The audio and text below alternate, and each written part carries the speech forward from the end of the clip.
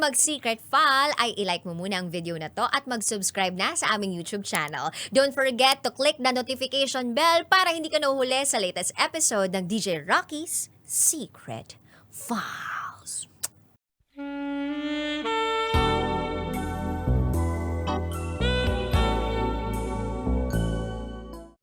And now, it's time for SPG, as in Super Backnern Secret File.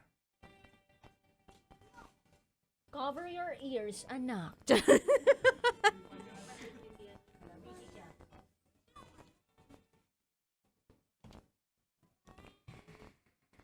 Ka-eyeball ko kanina. Ka-bullseye ko mamaya. Hi DJ Rocky at DJ Jello. Biyernes na naman. At sumubok lang akong magpadala sa inyo ng sarili kong kwento.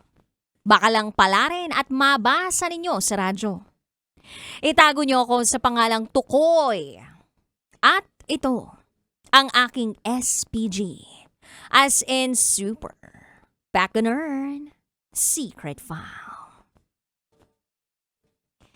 I-rewind ko lang ang buhay ko ng mga mahigit 20 years para balikan ang panahon na lulong pa ako sa pagte-text. Naging kasapi ako ng mga clan at nag-join sa mga eyeball meet-up ng karamihan sa mga ito. May mga nakilala akong babae. Mga naging miyembro ng mga clan na sinalihan ko. Yung iba sa kanila, naging jowa ko. Pero hindi gaanong nagtagal kasi hanggang text lang. Hindi na uwi sa seryosong relasyon. Maliban na lang sa isang naging textmate ko, na mula rin sa isang clan. Itago natin siya sa pangalang Jenny.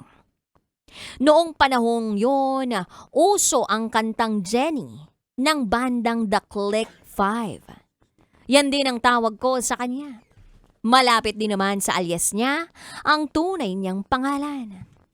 So ayun, tanda ko pa ang petsa kung kailan kami unang nagkita.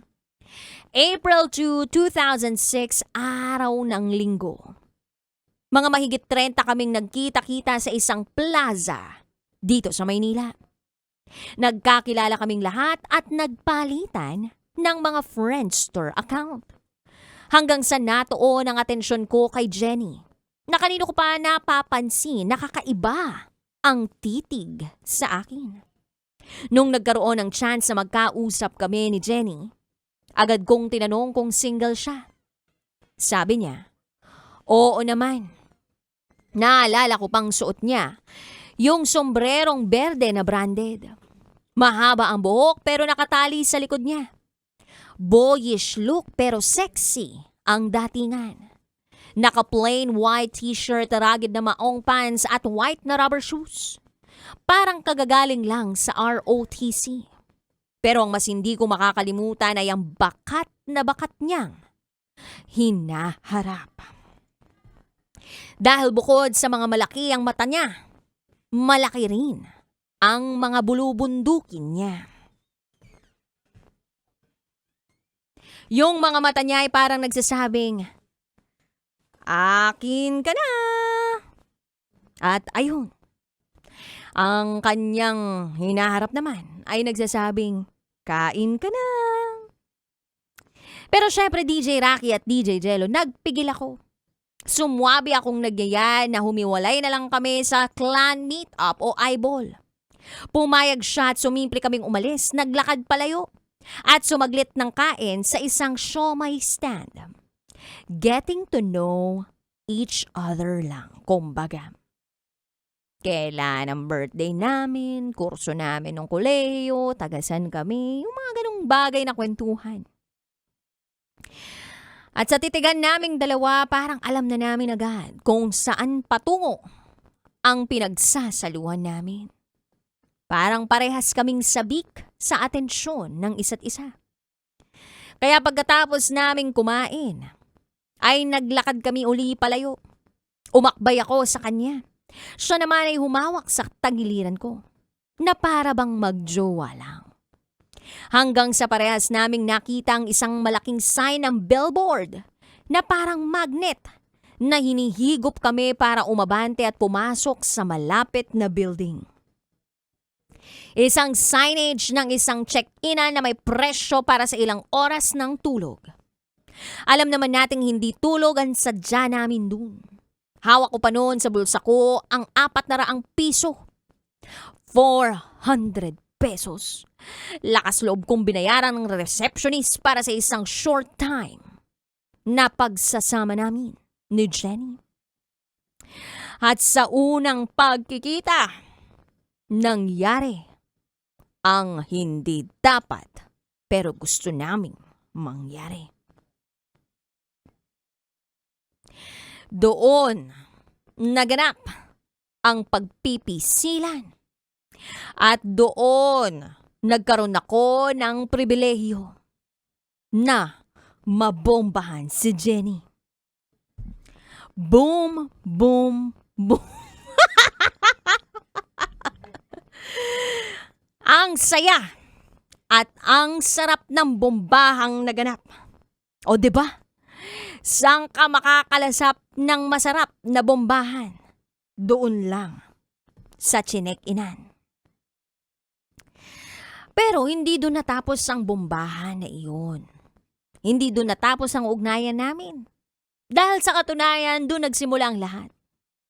Naulit nang naulit ang bombahan hanggang sa nauwi ang lahat sa aming kasalan, buntisan, binyagan at pagpapatayo ng tahanan at pagpapadala ng aming 4 na supling sa eskwelahan. And fast forward 20 taon nang lumipas sa kasalukuyan, bombahan pa rin ang nagpapatibay sa aming mag-asawa. Kahit ilang beses pang bombahin ang biyak na bato, masarap pa rin ka-bullseye ang dating textmate ko. Nadagdagan man ng timbang at taba ang aming mga tiyan, may asim pa rin kapag nagkakadila. Nagkakapalitan ng mga sweet words.